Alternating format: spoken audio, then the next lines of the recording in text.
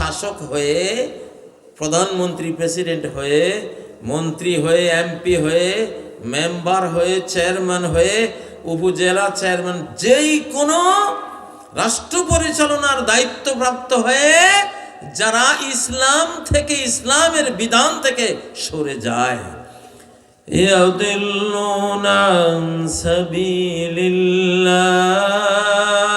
সাবিলুল্লাহ মানে কি? আল্লাহর পথ। আল্লাহর পথ কোনটা? ইসলাম। আল্লাহর পথ কোনটা? ইসলাম। আল্লাহর পথ কোনটা? কোরআন।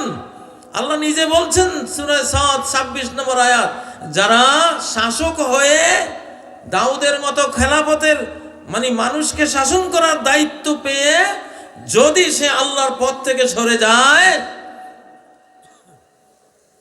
আল্লাহর একটা বিধান, সুদ চলবে না। আল্লাহর একটা বিধান, বেপর্দা জিনা ব্যভিচার চলবে না। ঠিক না কথা? মাদক সেবন চলবে না, ঘুষ চলবে না, চুরি, রাষ্ট্রের সম্পদ চুরি চলবে না, গণমানুষ জনগণকে হত্যা চলবে না, গুম করা চলবে না, তাদেরকে তোমার অপছন্দ হলে জেলে দিবা চলবে না, তোমার বিরুদ্ধে একটা হক কথা বললে জেল দিবা চলবে না। চলবে? এই সব ক্ষেত্রে যদি তুমি আমার আইনের বাইরে যাও, শোনো প্রধানমন্ত্রী, শোনো প্রেসিডেন্ট, শোনো কেয়ারটেকার বা ইন্টারিম গভর্নর, যেই হোক, শোনো, লাহুম আযাবুন শাদীদ, তাদের জন্যই রয়েছে আযাব, শাস্তি, পানিশমেন্ট, টর্মেন্ট। কিরকম? সিভিয়ার টর্মেন্ট, শাদীদ, অত্যন্ত শক্ত। ফেরাউনের দইরা কি করছি? মাইরা দুনিয়াতে রেখে দিছি, সকালে জাহান্নামের আগুনে জ্বলে তোরা দেখিস না, বিকেলেও একবার জাহান্নামের আগুনে জ্বলে তোরা দেখিস না। তোরা দেখবি না, কিন্তু আগুন জ্বলতেছে। একটা আমের পাতার ভিতরে নাকি কতশো ডিগ্রি তাপ, যে তাপ দিয়ে সে আমের ফলটা বানায়, কিন্তু পাতাটা ধরলে তো ঠান্ডা, ধরলে কি বেরামে ধরলে তো ঠান্ডায় দেখবা, কিন্তু ভিতরে জাহান্নামের আগুন জ্বলতেছে। আল্লাহ তো সর্ববিষয়ে সর্বশক্তিমান, জ্বালাইতে এরকম পারে কিনা? ভিতরে আগুন জ্বলবে, উপরে ঠান্ডা, আল্লাহ পারেন কিনা? ইব্রাহিম আলাইহিস সালামের যে আগুনটা ওনাকে ফেলা হয়েছিল, সেই আগুনে নমরুদ ঢুকলে ঠিকই জ্বলে যেত চক্ষের পলকে, ঠিক না? কিন্তু সেই আগুনকে যদি আল্লাহ ঠান্ডা করে দিতে পারেন ইব্রাহিমের জন্য, তাহলে সে আল্লাহ নমরুদের ভিতরে, ফেরাউনের ভিতরে যে আগুন জ্বলতেছে, ওইটাকেও তোমার টাচ করলে ঠান্ডা দেখাইতে পারেন কিনা? ক্ষমতা আছে কিনা আল্লাহ? শাসকরা শোনো, এই আয়াত, এটা কিন্তু আল্লাহর কথাই হলো বিধান। বলছে প্লিজ, তুই আমার হুকুম অমান্য করেছিস, যা, তোরে আমি চিরস্থায়ী জাহান্নাম দিলাম। তোর ফলোয়ার যারা হবে এই মানুষের কাতার থেকে, যে মানুষের জন্য আজকে মহাবিশ্বে কেউ আমার অমান্য করে না, তুই আমার অমান্য করেছিস মানুষকে হিংসে করে। এই আদমের পোলাপান যদি তোরে ফলো করে, তোরে যেমন জাহান্নাম দেব, তাদেরকেও তোর সাথে একসাথে জাহান্নামে চিরস্থায়ী আমি জ্বালাবো, পোড়াবো, ক্ষমা করবো না। শাসকরা শোনেন, লাহুম আযাবুন শাদীদ, আয়াতটা আল্লাহ তাআলা ইয়া আইয়ুহান নাস কইয়া শুরু করেন নাই, ইয়া দাউদ, ওহে বিশ্ব শাসক দাউদ। কি এটা শাসককে বলছে? পরে তো কবেন হুজুর আপনি বুঝেন না, এটা শাসক করে কয় নাই, ভালো করে কয়ে দিতে আছে।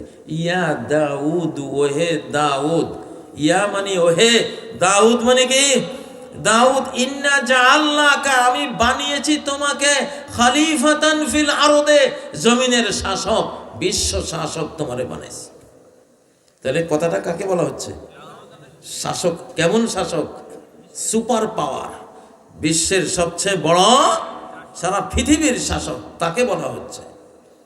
যদি তেড়িবেড়ি করো, আমার হুকুম থেকে বাইরে যাও, আমার যেই জাবুর কিতাব তোমারে দিয়েছিলাম, তাওরাত, ইনজিল, এইসব সংবিধানের বাইরে যাও, তাহলে তুমি পথ হারিয়ে ফেললা, আর গোমরাহ হলে পরে লাহুম আযাবুন শাদীদ। মেম্বার সাহেব, তোমারও উপায় নেই, কারণ তুমি পাতি ফেরাউন।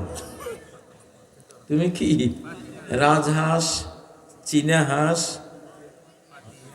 পাতি হাঁস, বালি আছে না, তো রাজ ফেরাউন, তারপরে চীনা ফেরাউন, পাতি ফেরাউন আছে না নাই?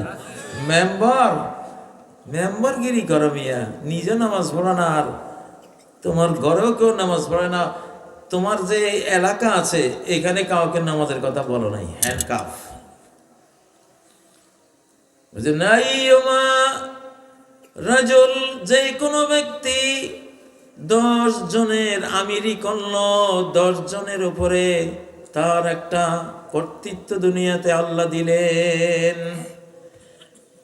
ইউতা বিহি মাগলুলান ইয়াউমা ইলা উনুকিহি ইয়াউমাল কিয়ামাহ, কিয়ামতের দিন তার 2 হাত ঘাড়ের সাথে লোহার শিকল দিয়ে বাঁধা তোলা হবে। ইয়াফুকুহু আদলুহু আও ইউবিকুহু জাওরুহু। ও মেম্বার, ও বাংলাদেশের চেয়ারম্যান, উপজেলা চেয়ারম্যান, ও এমপি, মন্ত্রী, প্রধানমন্ত্রী, গভর্নর, প্রেসিডেন্ট, শোনেন, মাত্র 10 জনরে চালাইলে এই দশা। কয়জন? আর আপনারা 18 কোটি 20 কোটি চালাইতেছেন। হায় রে, কি কিয়ামতটা হবে। বলছে এই 10 জনকে যদি এই নেতাটা আল্লাহর হুকুম মতো, কোরআন মতো, ইসলাম মতো চালায় তাহলে বাঁচলো, আর না হলে একদম ওই অবস্থায় বাইন্দা জাহান্নাম।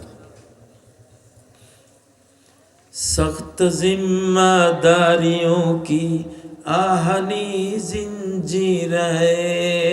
তুমি কি মনে করেছো হ্যাঁ সৃষ্টিকর্তার আকাশটা ভোগ করতেছে, এই পৃথিবীর মতো 13 লক্ষ পৃথিবীর সমান একটা সূর্য, সেই সূর্যের আলো ভোগ করতেছে, ঠিক না?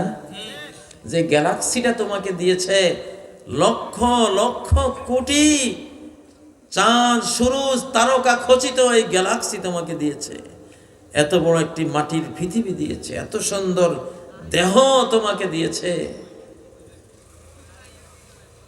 1981 সালে একটা হিসাবে দেখেছি, একজন পুরুষের শরীরে যা আছে মেডিকেল মূল্য 6 কোটি টাকা।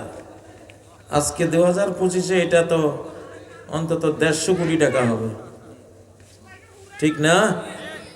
এই যে দিলাম, তুমি মনে করেছো তোমার মনে যা আসে তাই তুমি 72ইয়া বিধান দিয়ে দিবা? বাংলাদেশে এখন যারা আছেন আপনারাও কিন্তু গান পয়েন্টে আছেন, আসমানের কার আকাশের গান পয়েন্টে আছেন। কি আইন টাইন আনেন?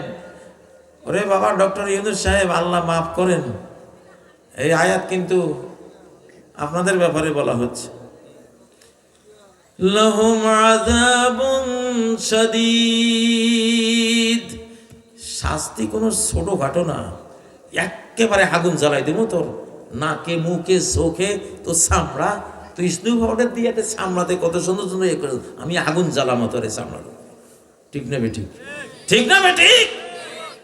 ভোট চাইতে আস, যদি খালি জানতা এই ভোট নিয়ে কোরআন দিয়া যদি এলাকা না চালাও, তোমার এমপিত্বের যে থানার যে এরিয়া এটা না চালাও, কি দাউ দাউ করা আগুন তোমার জীবনে জ্বলবে,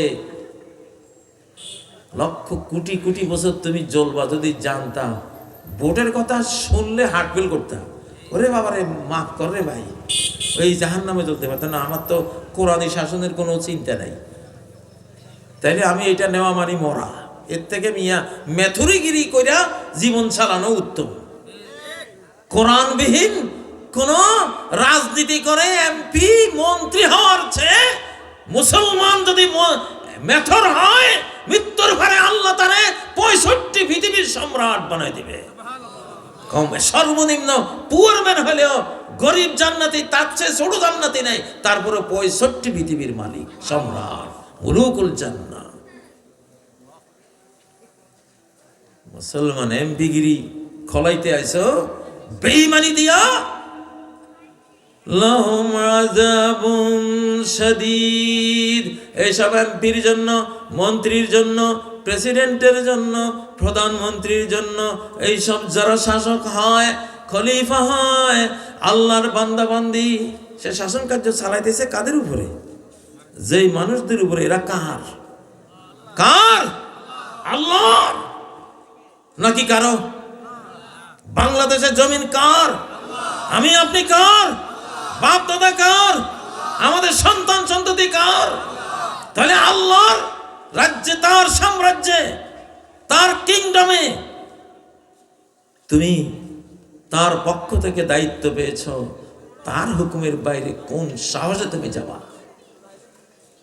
তোমাকে যে 24 ঘন্টা সে মনিটরিং করতেছে, তোমার সব কিছু দেখতেছে সে, ঠিক না? 71-এর প্রজন্ম নিয়ে একটা উক্তি করছিলাম যে বাংলাদেশে 71-এর প্রজন্ম আমি দেখছি। আমার বাড়িতে 60-70 জন ছিল ছাত্র, চাচতো ভাই, জ্যাঠতো ভাই, একটাও নামাজ পড়তে দেখিনি। নামাজ তো ধরে থাক, পশ্চিম দিকে ফিরে মনে হয় কোনোদিন আশা খাইও পড়ে নেই ওরা। একজন ছিল, নামাজের কথা কইলে কইতো আমি যে ঘরে থাকি এই ঘরের উপরে তো আম গাছ, আল্লাহ কেমনে দেখবো? এর ঘরের উপরে আম গাছ, আল্লাহ এর কেমনে দেখবো নামাজ পড়ছে না পড়ছে? হ্যাঁ, আল্লাহ তাআলা যদি 7 তবক জমিনের নিচে কালো পাথরের উপর একটা অত্যন্ত কণার সমান একটা পিঁপড়া বা প্রাণী কালো রাতে, কালো রঙের কালো পাথরের উপরে কালো রাতে যদি হাঁটে, ওই আরশের উপর থেকে তার সামনে হলে যেরকম দেখেন, এত দূরেও তিনি তেমনি দেখেন। তার কাছে কোনো দূরত্ব নাই, তার দৃষ্টির বাইরে যাওয়ার কারো কোনো ক্ষমতা নাই। লাহুম আযাবুন শাদীদুন বিমা নাসু। এসব পার্লামেন্ট সদস্যরা, পার্লামেন্ট, এগুলি তো ব্রিটিশরা যাওয়ার সময় ব্রিটিশদেরকে বানাইছে দাজ্জাল। ব্রিটিশরা কিন্তু দাজ্জাল মানে ভণ্ড। দাজ্জাল মানে কি? ভণ্ড, বার্নিশ করা কাজ করে। যে কোনো কুশ্রী জিনিসকে বার্নিশ করে দিয়ে দেয়, আপনি মনে করবেন কি সুন্দর। তেলা পোকারে মশলা দিয়া এমন বাজি করব, তার উপরে আবার ওই যে কি দেয় না, ওই যে ইফতারের সময় যেটা কি করে, বেসন, বেসন, হ্যাঁ, এখন তেলা পোকারে বাজি কইরা যদি সেই সুন্দর কইরা এলাচি, দারুচিনি সব দিয়ে আবার বেসন দিয়ে দেয়, না আপনি তো কইবেন ইস চিংড়ি মাছ খাচ্ছি বুঝি, ঠিক না বেঠিক? এই গত 100-150 বছর এগুলি হয়েছে পৃথিবীতে, এগুলি হয়েছে। 1924-এর পরে যে রাষ্ট্র ব্যবস্থাটা আসছে, এগুলিতে আল্লাহ তো কিছু রাখে নাই। অনেক কষ্ট করে একজনে বিসমিল্লাহির রহমানির রহিম এইটুকু দিছে। তো বিসমিল্লাহির রহমানির রহিম দিয়া তুমি কুফরি করলে তো আরো বড় কুফরি হইল। ওতে কি হইল? বিমা নাসু ইয়াউমাল হিসাব।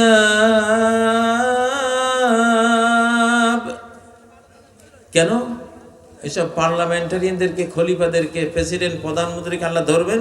কারণ তারা এটা ভুলে গেছে যে একদিন মরতে হবে, মরার পরে হাসরের মাঠে, ডে অফ জাজমেন্টে আল্লাহর সামনে যেতে হবে। আমার এই সাম্রাজ্য কিভাবে চালিয়েছি, এই দেশ কিভাবে পরিচালনা করেছি, আমার এখানে কতজন বান্দাবান্দি ছিল, কে নামাজ পড়েছে, কে পড়ে নাই, কে হালাল খেয়েছে, কে খায় নাই, কে পবিত্র থেকেছে, কে পবিত্র থাকে নাই, কে খুন করেছে, কে খুন করে নাই, কে মায়ের সেবা করেছে, কে করে নাই, প্রত্যেকটা জিনিস আমাকে হিসাব দিতে হবে। এইটা এরা ভুলে গেছিল। এরা মনে করছে বাহ কত সম্মান, আমরা পার্লামেন্টের সদস্য, কত আমরা, হ্যাঁ আল্লাহ আমাদেরকে ভালোবেসে এটা দিয়েছে। নো, এটা ভালোবাসার দলিল না। ভালোবাসা হইতে যদি কোরআন সহ তোরে পার্লামেন্ট দিত, কোরআন সহ যদি তোমার আল্লাহ পার্লামেন্ট দিত, দিন সহ যদি দুনিয়া দিত, দিন সহ যদি দুনিয়া দিত, আখিরাত সহ যদি দুনিয়া দিত, তাহলে সৌভাগ্য ছিল। ঠিক নাকি? বিমা নাসু ইয়াউমাল হিসাব, পরকালে হিসাব দিতে হবে। কত টাকা চুরি করলাম। আবু বকর সিদ্দিকও শাসক ছিলেন, হ্যাঁ, আল্লাহর হিসাবের ভয়ে সামান্য একটু ভাতা নিয়ে পরিবার চালিয়েছেন। তার স্ত্রী মিষ্টি খাইতে পছন্দ করতেন, একটু মিষ্টির উদগ্র বাসনা তার, কিন্তু টাকায় হয় না, মিষ্টি খাবেন কি দিয়া। নিজের ন্যায্য ভাতা থেকে একটু একটু করে কম খেয়ে খেয়ে জমিয়ে 1 মাস পরে স্বামীকে দিলেন, একটু মিষ্টি আনো। আবু বকর কেমন আল্লাহর কাছে হিসাব দেওয়ার ভয়ে ভীত থাকতেন।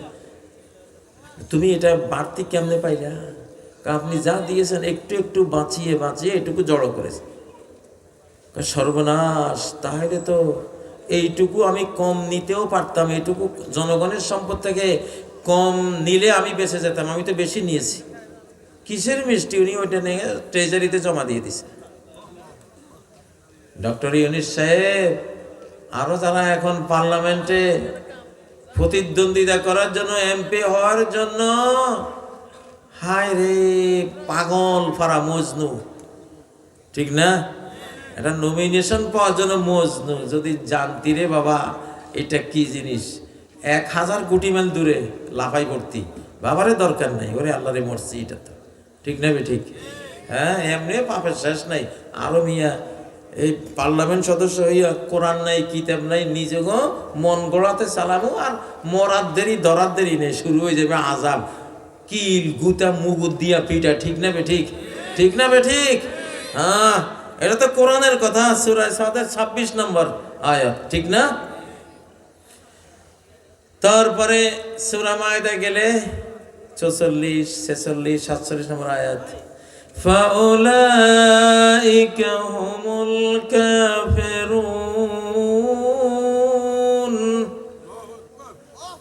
আল্লাহর সংবিধানে যে শাসন চালাবে না তারাই আসল কাফের, তারাই খাঁটি কাফের, নির্ভেজাল কাফের, একবারে 24 ক্যারেট কাফের।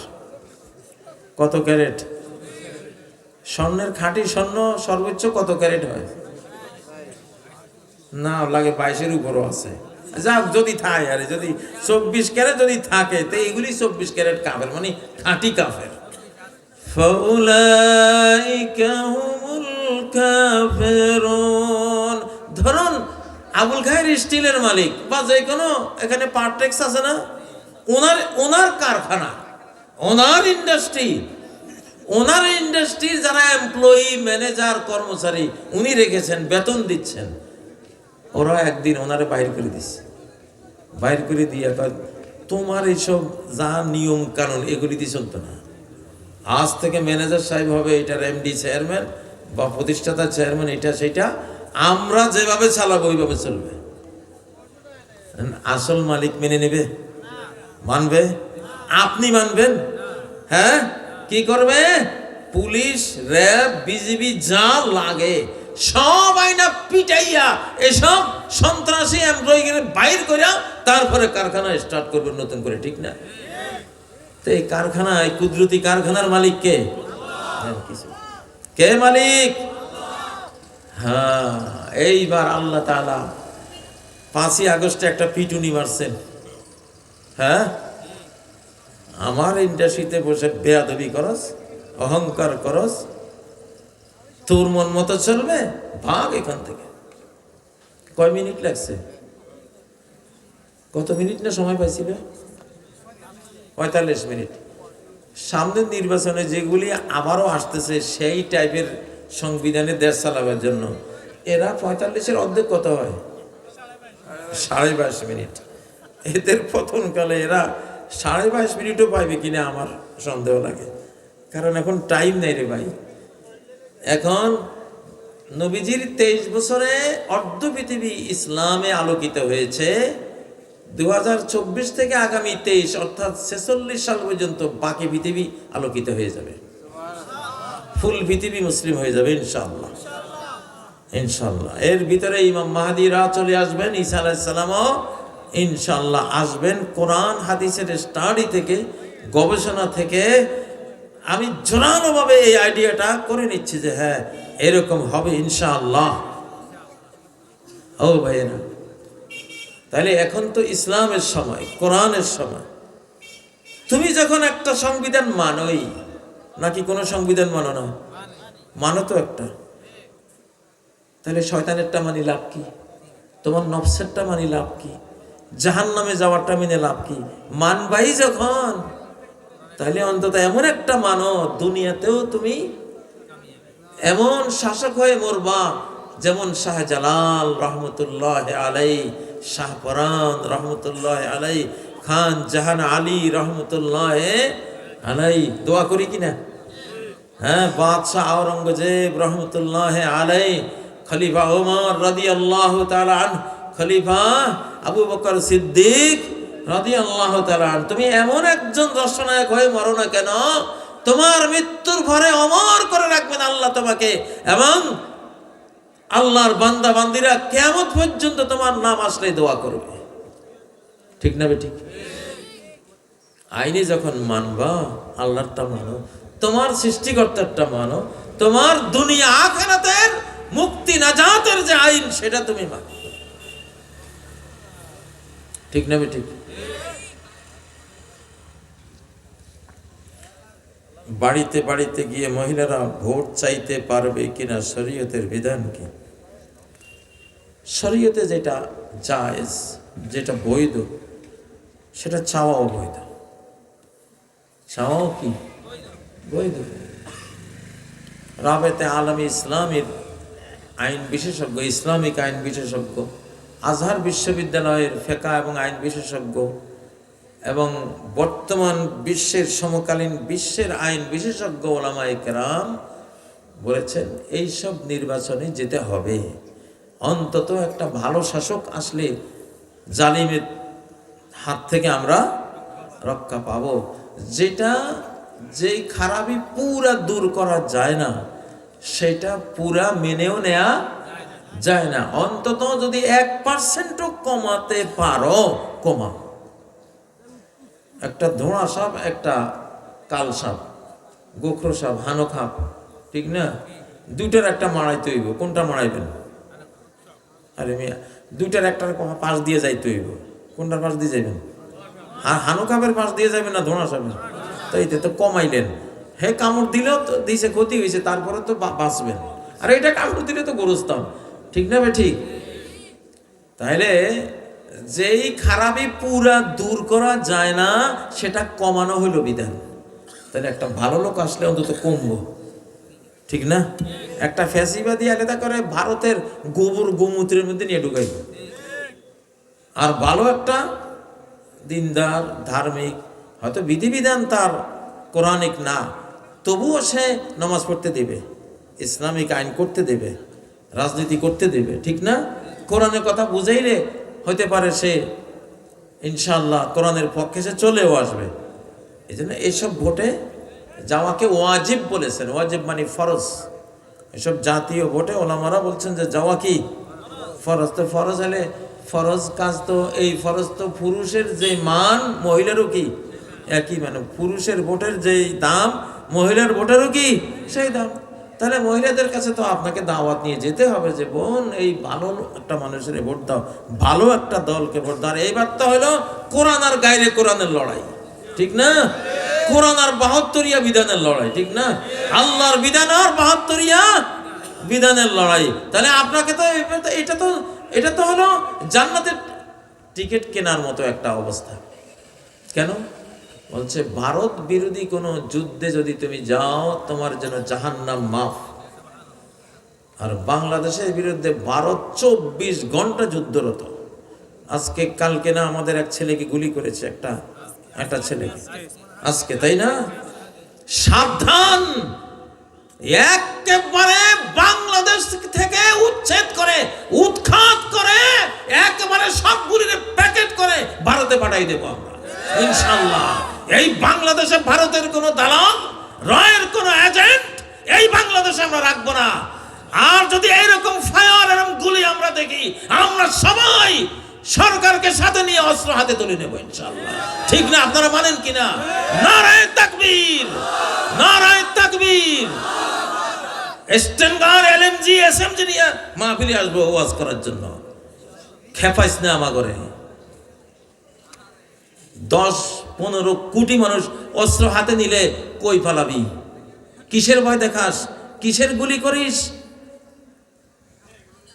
বহু বুঝাচ্ছি যে তোদের শতাব্দী না, এটা আল্লাহর শতাব্দী। এখন বাংলাদেশ আল্লাহর হাতে। দেখিস না কি বর্ষা দিয়েছে, সব হারিয়ে যাওয়া মাছ ফেরত আসছে। ঠিক না?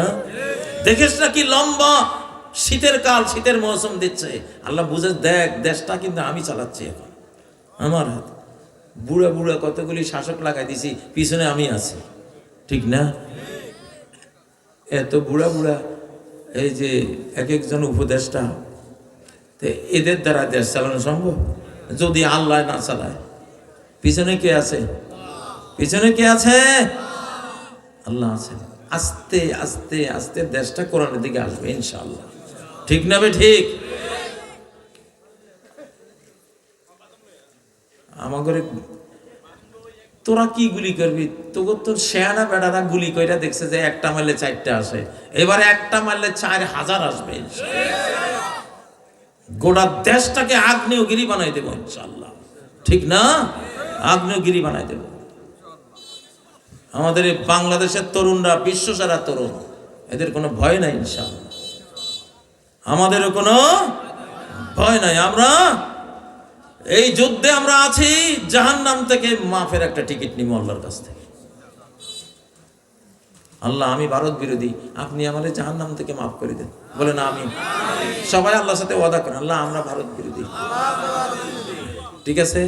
কারণ এই ভারত কিন্তু আগের ভারত না। এই ভারত হলো খুনি ভারত। বর্তমান ভারত হলো হিন্দুত্ববাদী, ইসরায়েলের নেতানিয়াহুবাদী। এই দুইটা মিলে গোটা মুসলিম জাহানকে ছাই বর্ষ করা ষড়যন্ত্র করতেছে দুইটা মিলে। এটা আগের ওই কংগ্রেসের ওই ভারত না, এটা বিজেপি আরএসএস এগুলির ভারত। 24 ঘন্টা শুধু মুসলিমদের ধ্বংস করার পরিকল্পনা নিয়ে কাজ করে। অতএব আমরা, আল্লাহ অ্যান্টি ভারত হয়েছেন, আল্লাহ নবী মুহাম্মদ সাল্লাল্লাহু আলাইহি ওয়াসাল্লাম অ্যান্টি হিন্দুস্তান হয়েছেন, আমরাও অ্যান্টি হিন্দুস্তান। ঠিক না ঠিক? হিন্দুস্তান যদি ভালো হও, তুমি যদি ভালো হও, খুন খারাপি বন্ধ করো, ষড়যন্ত্র বন্ধ করো, ও পিলখানার মতো এইসব কিলিং বন্ধ করো, বাংলাদেশ নিয়ে 24 ঘন্টা ষড়যন্ত্র বন্ধ করো। বন্ধ করলে আমরা ন্যায় নীতির ভিত্তিতে তোমার সাথে প্রতিবেশিত্ব রক্ষা করব। ঠিক না ঠিক? কিন্তু এর আগে না, আমরা মেনে নেব না। আমাদের শতাব্দীতে, আমাদের বিজয়ের বিশ্বায়নের শতাব্দীতে আমাদের গুলি করে বাঁচতে পারবে না ইনশাআল্লাহ। জ্বর শিকড় সহ তুলে উপরে ফেলে দেবো ইনশাআল্লাহ। ঠিক নাকি? নারায়ে তাকবীর, নারায়ে তাকবীর। ফ্যাসিবাদ নিপাত যাক, ফ্যাসিবাদ নিপাত যাক। ভারতের দালালেরা, ভারতের দালালেরা, রয়ের এজেন্টরা, হিন্দুস্তানি রাজাকার, ধর ধর মার মার।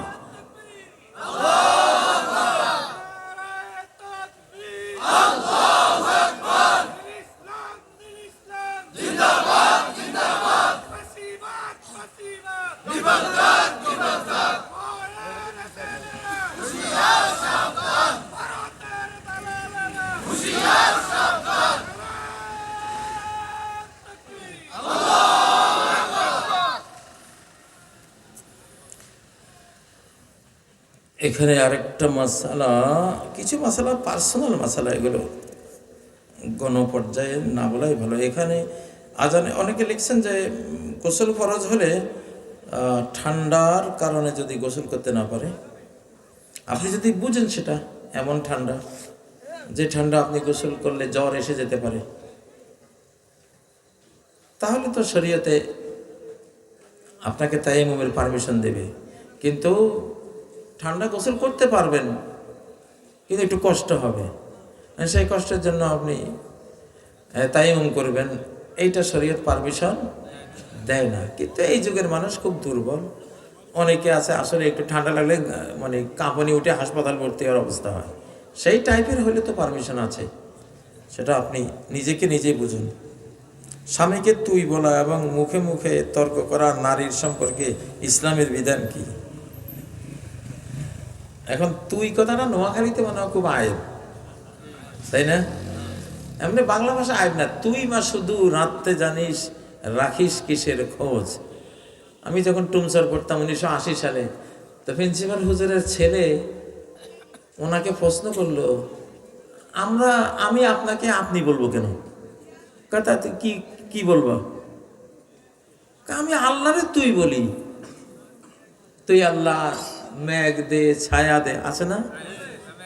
তুই আল্লাহ, আমরা তো আল্লাহরে তুই কই। তা আল্লাহরে তুই কই আর আপনি কি আল্লাহ থেকে বড়? আমি আল্লাহরে আপনারে আপনি কুমুকা। হুজুর তো বেকায়দা পড়ে গেছে, না কোনো উত্তর আছে? এগুলি চলে আর কি। কিন্তু হয়তো নোয়াখালীতে আমরা আপনি বললে খুব কমফোর্ট ফিল করি, সম্মান বোধ করি। তুই বললে একটু, স্বামী যদি তুই বললে রাগ হয়, তাহলে স্বামীকে স্ত্রী এটা না বলাই হলো হুকুম। কারণ স্বামীর সম্মান করা, স্বামীকে তার আনুগত্য করা, এটা স্ত্রীর জন্যই মহা কল্যাণকর জিনিস। সংসারের সুখ, সংসারের শান্তি, ভালোবাসা সবকিছু এই পারস্পরিক সম্পর্কের উপরে নির্ভর করে। আজানের সময় কোন কোন কাজ করা নিষেধ? নিষেধ তো না, আজানের সময় কোনো কাজকে নিষেধ না। আজানের সময় আপনি হয়তো পেশাব করতে যাচ্ছেন, একটু থামেন, আজান শেষ হোক তারপরে যান।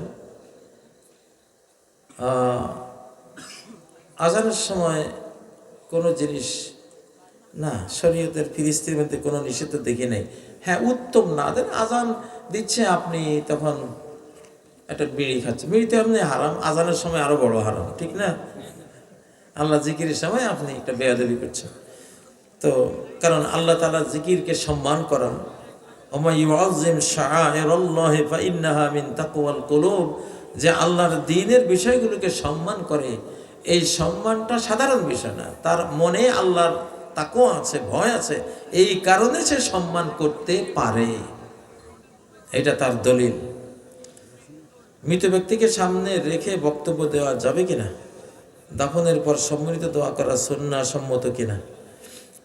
আসলে মৃত ব্যক্তিকে সামনে রেখে এখন যে একটা আমাদের রেওয়াজ হয়ে গেছে একটা বক্তৃতা দেওয়া, এটা ঠিক না। মৃত ব্যক্তি কষ্ট পায়, সে বলে কাদ্দিমুনি ফাইন কানাত সালিহাতান ক্বালাত কাদ্দিমুনি কাদ্দিমুনি। আমরা যখন মারা যাব, আমরা ব্যক্তিরা সালেহ হলে, ভালো হলে আমরা বলবো তাড়াতাড়ি কবরে নাও, তাড়াতাড়ি আমার সুখের জায়গায় আমারে নাও। আপনি দেরি করতেছেন মানে কষ্ট দিচ্ছেন, বক্তৃতা দিচ্ছেন মানে কষ্ট দিচ্ছেন। খুব কষ্ট পায় ওরা, খুব কষ্ট পায়। আর যদি বদকার হয়, তাহলে আপনি বক্তৃতা দিচ্ছেন, বদকারের উপরে যে লানত আসতেছে আপনার উপরে সেটা ছিটে আসতেছে। এই জন্য তাড়াতাড়ি ওরে বিদায় করেন। ভালো হইলে তো তার জন্য ভালো, খারাপ হইলে আপনার জন্য ভালো, ঠিক না? আর দাফনের পর সম্মিলিত মুনাজাত নাই। কি আছে? কবরের পাশে বসে আধা ঘন্টা 40 মিনিট তার জন্য দুইটা দোয়া করা, আল্লাহুম্মা গফিরলাহ, আল্লাহুম্মা সাব্বিতহু ওয়াগফিরলাহ। আল্লাহ তাকে সুয়াল জবাবে স্ট্রং রাখেন, মজবুত রাখেন, আর তারে ক্ষমা করেন। নবীজি লাশ দাফনের পরে অনেকক্ষণ বসে বসে এই দোয়া করতেন। একটা উট জবাই করে ভাগ করা পর্যন্ত যে টাইমটা, এক্সপার্টরা একটা উট জবাই করলে ভাগ করতে ধরেন অন্তত 1 ঘন্টা তো লাগবে। এরকম একটা লং টাইম কবরের পাশে বসে বসে বা দাঁড়িয়ে দাঁড়িয়ে পার্সোনাল, ব্যক্তিগতভাবে কয়েকজন মানুষ থেকে এই দুইটা দোয়া সাব্বিত, আল্লাহ তার প্রশ্ন উত্তর সঠিকভাবে করার তৌফিক দেন, 2 নম্বর তারে আপনি ক্ষমা করে দেন। এই 2টা দোয়া। শয়তানের সবচেয়ে বড় কাজ কোনটি? শয়তানের সবচেয়ে বড় কাজ হলো স্বামী স্ত্রীর মধ্যে ঝগড়া লাগাইয়া তালাক দিয়ে দেবো। এত করে গলায় জড়াই নেয়, ঝগড়া লাগাইয়া তালাক দিতে পারলে সে একটা মহিলা পাইল, এই মহিলারে দিয়ে এবার কত কিছু করাবে সে, বুঝেন না? এই জন্য তার বড় কাজ হলো এরকম ফিতনা ফাসাদ। জান্নাতে তো আদম হাওয়াকে সর্বপ্রথম ফল খাওয়াইয়া উলঙ্গ করছে সে, ঠিক না? নারী গঠিত পাপ করানো তার কাছে খুব প্রিয়, কারণ নারীরা তার হলো তার ফাঁদ। এদের এই হানি ট্র্যাপ করে না, হানি ট্র্যাপ দিয়ে কত মানুষের কত বেইজ্জত করে, এগুলি শয়তানের কাজ। বোরকা পরে মুখমণ্ডল খোলা রাখা যাবে কিনা? এখন ফিতনার যুগ না, মুখ ঢেকেই যান, ফিতনা ফাসাদের যুগ। ভালো মানুষ হলে সেখানে একটু সহজ বিধান থাকে, কিন্তু প্রচণ্ড ফিতনা ফাসাদের যুগে পুরোই ঢেকে রাখার বিধানটা স্ট্রং।